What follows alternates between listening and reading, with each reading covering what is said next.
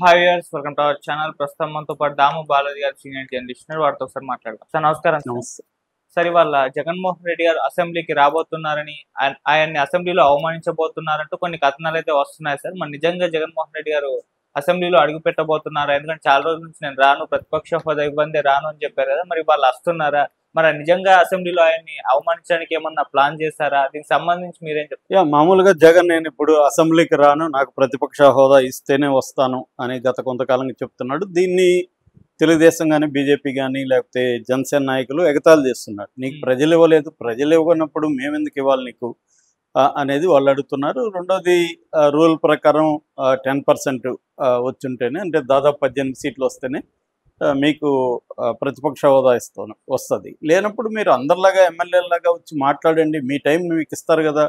మీరు ఎందుకు మిమ్మల్ని ఎన్నుకున్నప్పుడు కనీసం మీ పులివెందుల సమస్య మీరు మాట్లాడండి. అట్లాగే 11 మంది 11 నియోజకవర్గాల సమస్యలు మాట్లాడండి, మేము చర్చిద్దాం రండి అని అనేక సార్లు వాళ్ళు పిలిపించినా కూడా జగన్ ఏంటంటే ప్రజా సమస్యలు ఉన్నది మేము ఒకటే కదా ప్రతిపక్షం, ఇంకెవరు లేరు కదా, లేనప్పుడు మాకు ప్రతిపక్షం ఇవ్వచ్చు కదా అనేది జగన్ అడుగుతున్నాడు. ఇది హైకోర్టులో కూడా పెండింగ్ ఉంది. వీళ్ళ వాదన వీళ్ళది, ఎందుకంటే గతంలో ఇచ్చిన సందర్భాలు ఉన్నాయనేది వీళ్ళు చెప్తున్నారు. సో వీళ్ళేమో మేము ఇవ్వాల్సిన అవసరం లేదని వీళ్ళు చెప్తున్నారు. నిజానికి ఇవ్వదలుచుకుంటే ఇవ్వచ్చు, కానీ వాళ్ళు ఇవ్వదలుచుకోలేదు. ఎందుకంటే ఇస్తే వీళ్ళు అనవసర రాద్ధాంతం చేస్తారనేది వాళ్ళకి కూడా భయం ఉండే అవకాశం ఉంది. సో జగన్ వస్తే ఎమ్మెల్యేగా అందరికీ ఇచ్చినట్టుగా 2 నిమిషాలు 3 నిమిషాలు ఇస్తారు కాబట్టి దానివల్ల మేము మాట్లాడలేము వాళ్ళది. కాకపోతే ఏంటంటే జగన్ ఆలోచించాల్సింది ఏంటంటే, ఒకవేళ వాళ్ళు ఎంత టైం ఇస్తే అంత టైమే మాట్లాడచ్చు, తప్పేం లేదు. రెండోది అవమానిస్తారనేది భయం. నిజానికి అసలు భయం ఏంటంటే, గతంలో జగన్ వైసీపీ వాళ్ళు 23 మంది తెలుగుదేశం ఎమ్మెల్యేలు ఉన్నప్పుడు 4 ఇట్లా లాక్కున్నారు, 19 మంది ఎమ్మెల్యేలు ఉన్నారు. అప్పుడు దారుణంగా వాళ్ళని అవమానించారు. సో చంద్రబాబును కూడా దారుణంగా అవమానించారు. దానివల్ల చంద్రబాబు కూడా ప్రతిజ్ఞ చేసి వెళ్ళిపోయాడు రాకుండా.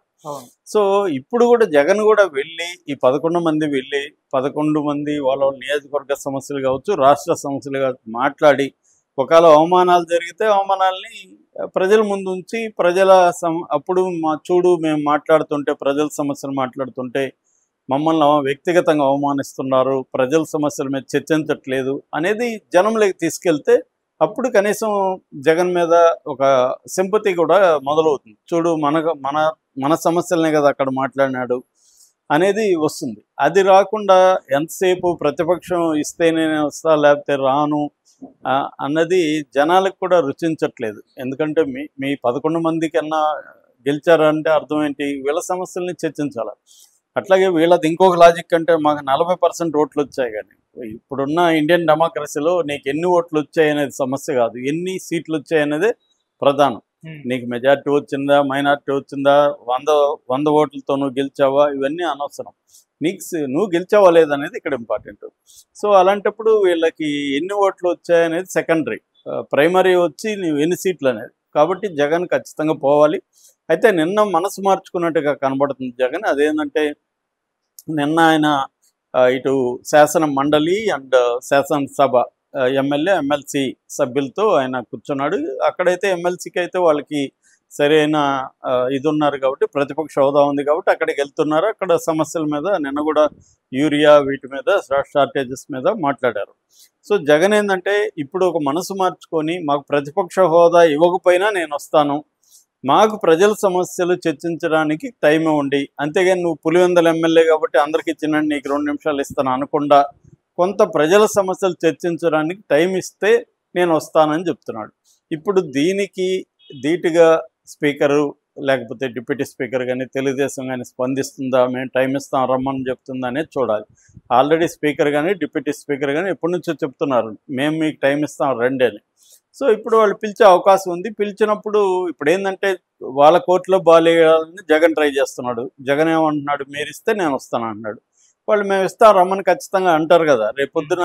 లేకపోతే వాళ్ళు చూడు నేను అడిగితే కూడా ప్రజల సమస్యల మీద టైం ఏమన్నా అన్నారు, అందుకే నేను వెళ్ళలేదని మళ్ళీ జగన్ చెప్పుకోవడానికి అవకాశం ఉంటుంది. కాబట్టి ఖచ్చితంగా వీళ్ళు ఇచ్చే అవకాశం ఉంది.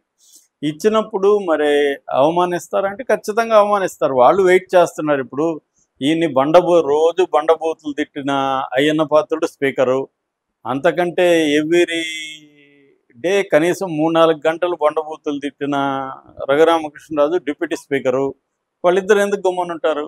ఖచ్చితంగా అవమానిస్తారు. మంచిదే కదా, జగన్కి అవమానిస్తే ఇప్పుడు వ్యక్తిగతంగా ఏముంటుంది, వ్యక్తిగతంగా ఫీల్ కాకుండా ప్రజల సమస్యల మీద చర్చించినప్పుడు కానీ అవమానిస్తే ఖచ్చితంగా అది వాళ్ళకే ఇబ్బంది. జగన్కి అది ప్లస్ అవుతుంది. అది ఎందుకంటే ఎప్పుడైనా కూడా నేను అనేకసార్లు చెప్తున్నాను, శత్రువు మనల్ని కొడితే మనకు తగలకూడదు, జనాలకి తగలాలి, మనం కొడితే శత్రువుకే తగలాలి, జనాలకి తగలకూడదు.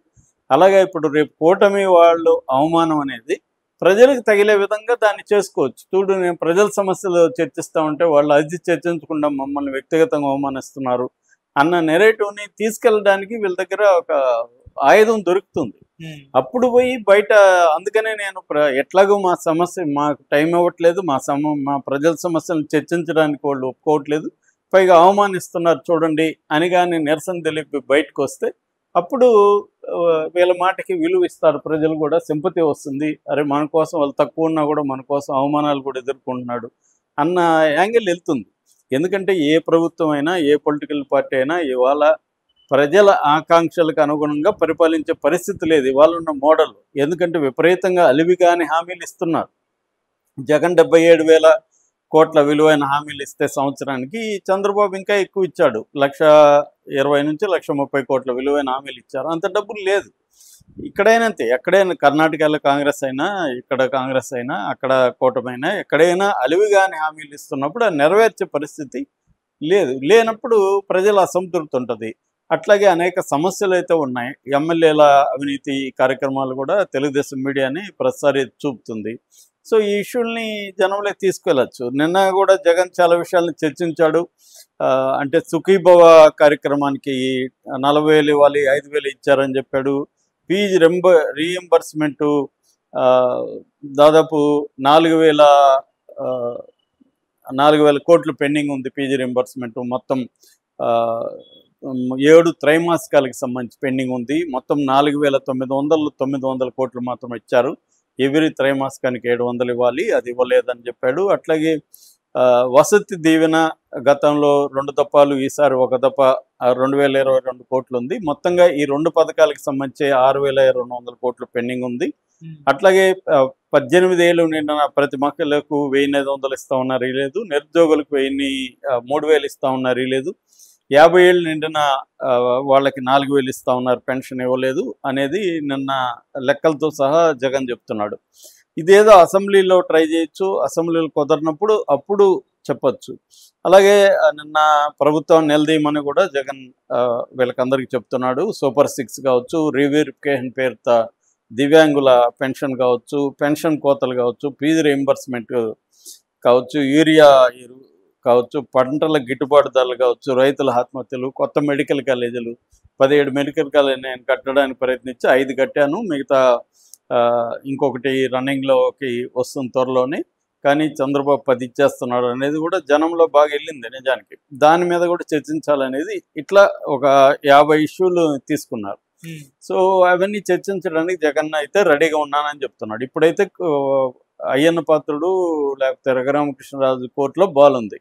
అంటే మేము టైం ఇస్తాం రమ్మనాలి. మామూలుగా అయితే రూల్ ప్రకారం అందరూ ఎమ్మెల్యేలకు ఎంత ఇచ్చారో జగన్కైనా అంతే ఇవ్వాలి. ఎందుకంటే ఇతను ఎమ్మెల్యే మాత్రం ప్రతిపక్షం కాదు. అన్ని పొలిటికల్ పార్టీ ఇప్పుడు బీజేపీకి ఎంత టైం ఇస్తారో అంత టైమే ఇస్తారు, దీనికి కూడా జనసేనకి ఎంత ఇస్తారో అంతే ఇస్తారు. అంతేగాని నాకు ఎక్స్ట్రా టైము ఇవ్వండి, నేను ప్రజల సమస్య చర్చిస్తాను కండిషన్ పెట్టడం కూడా జగన్ తప్పు. కాకపోతే జనంలోకి వెళ్ళడానికి జగన్ మీద విమర్శలు వస్తున్నాయి కాబట్టి, ప్రతిపక్షం లేకపోయినా నువ్వు వెళ్ళు అనేది ప్రజల నుంచి కూడా వస్తుంది కాబట్టి జగన్ ఇప్పుడు యూటర్న్ తీసుకొని నేను వస్తాను, నాకు టైం ఏంటి అని మళ్ళీ ఇండైరెక్ట్గా అదే అడుగుతున్నాడు. టైం ఎలా ఇస్తారు? కాబట్టి ఉన్న టైంలోనే మాట్లాడాల్సిన పరిస్థితి ఉంది జగన్. వాళ్ళు కూడా టైం ఇస్తాం రండి అని చెప్పే అవకాశం ఉంది. ఆల్రెడీ చెప్తున్నారు టైం ఇస్తాం మీరు మాట్లాడడానికి. ఇప్పుడు కూడా వాళ్ళు చెప్తారు తప్ప ఇంత నిర్దిష్ట టైం ఇస్తామని చెప్పేదానికి లేదు వాళ్ళ దగ్గర.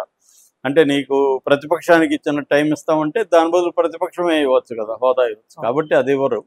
టైం ఇస్తాం రండి అని అడుగుతారు. అప్పుడు జగన్ ఏం చేస్తాడని చూడాలి. జగన్కి అయితే వేరే మార్గంలో వెళ్లాల్సిందే. మామూలుగా ఏంటంటే కాన్సిక్వెంట్గా 60 రోజులు వెళ్ళకపోతే వాళ్ళని డిస్క్వాలిఫై చేయొచ్చు. కాకపోతే ఏంటంటే 150 రోజులు కంటే ఎక్కువ జరగదు ఇయర్లో. సో కాబట్టి 60 రోజులు అనేది మధ్యలో ఒక రోజు పోయిన అటెండెన్స్ పడిపోతుంది. అలాగే తప్పించుకోవచ్చు. రెండోది 11 మందిని సస్పెండ్ చేసి మళ్ళీ ఉప ఎన్నికలకు వెళ్తారా, అంత ధైర్యం కూటమి చేస్తుందంటే కూడా అది కూడా డౌటే. సో వీళ్ళకి 11 ఉంటే ఏంటి, పోతే ఏంటి అని వీళ్ళు ధైర్యం ఉంటుంది, కానీ వాళ్ళకి అట్లా కాదు కదా. ఎందుకంటే నెగిటివిటీ వచ్చేస్తుంది, ప్రభుత్వం మీద వ్యతిరేకత ఉందనేది. కాబట్టి ఆ ధైర్యం చేయరనేది వీళ్ళకి కూడా ధైర్యం. ఏదేమైనా జగన్ అయితే పోవాలి ఖచ్చితంగా. ఎందుకంటే ఇది 10 రోజులు జరగబోతుంది, రోజు మార్నింగ్ 10 to ఈవినింగ్ 5 వరకు. సో 10 రోజులు అంటే